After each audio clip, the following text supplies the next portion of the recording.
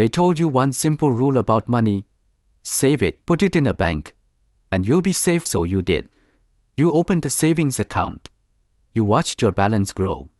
And you felt responsible. That little number going up made you feel like you were winning. But what if I told you that this habit, the one almost everyone praises, is secretly making you poorer every single year? Not because you are doing something wrong, but because the system works differently than you were taught. Your bank might pay you 4% interest. Some accounts even promise 5%. That sounds great. Free money. No risk, but there is something much stronger working against you. It is called inflation. Inflation is the rising cost of living: food, gas, rent, healthcare. Everything. In America, inflation has often been around 6 to 8% in tough years. Sometimes more. If your savings grow at 4% but prices rise at 7%, your money is losing value. Your dollars go up, but what those dollars can buy goes down. You do not see it on your bank app.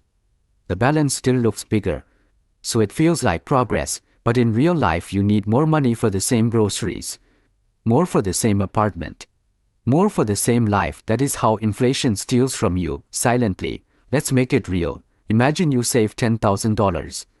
After 1 year at 4%, you now have $10,400. You feel good, but if prices went up 7%, something that cost $10,000 last year now costs $10,700. So even with more dollars, you cannot afford the same thing anymore. You did not gain.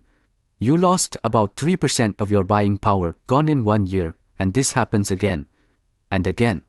Every year, slowly, quietly. This is why so many people feel stuck. They save, they are disciplined, they do what they were told, yet life keeps getting harder, not because they are lazy, but because saving alone cannot beat inflation. So why do people still do it? Because saving feels safe. It feels responsible. It feels smart. Schools teach it. Parents repeat it. Banks advertise it. Save your money. Protect it. Do not take risks. And for short periods that advice makes sense. You need emergency money. You need a buffer for surprises. You need cash for short-term goals. Saving is important. But here is the part no one explains: saving protects your dollars. It does not protect your purchasing power. It keeps the number safe, not the value. In the modern world, cash does not grow. It slowly fades. Now think about this. If someone stole 3% of your money every year, you would be angry. You would stop them. But when inflation does it, you barely notice, because it does not look like theft. It looks like normal life getting more expensive.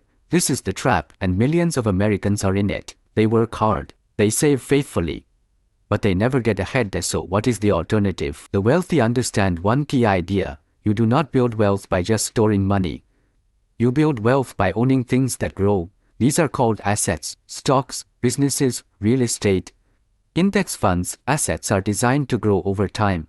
Historically, they grow faster than inflation. While cash sits, assets move. While cash sleeps, assets work. This is why the rich do not keep most of their money in savings accounts. They keep enough for safety, but the rest is invested, not because they love risk, but because they understand a bigger risk: the risk of doing nothing. Now, this does not mean you should gamble. It does not mean day trading. It does not mean chasing the latest hype. Learning how markets work, how long-term investing works, how patience beats panic. Thinking in years, not days.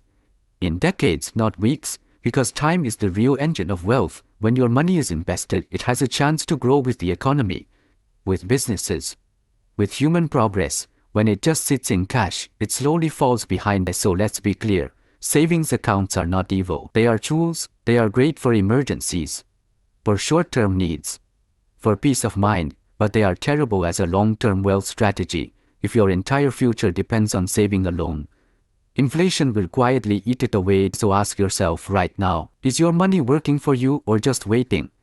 Is it growing faster than the cost of living or slowly losing the race?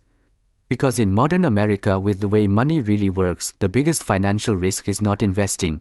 The biggest risk is playing it safe.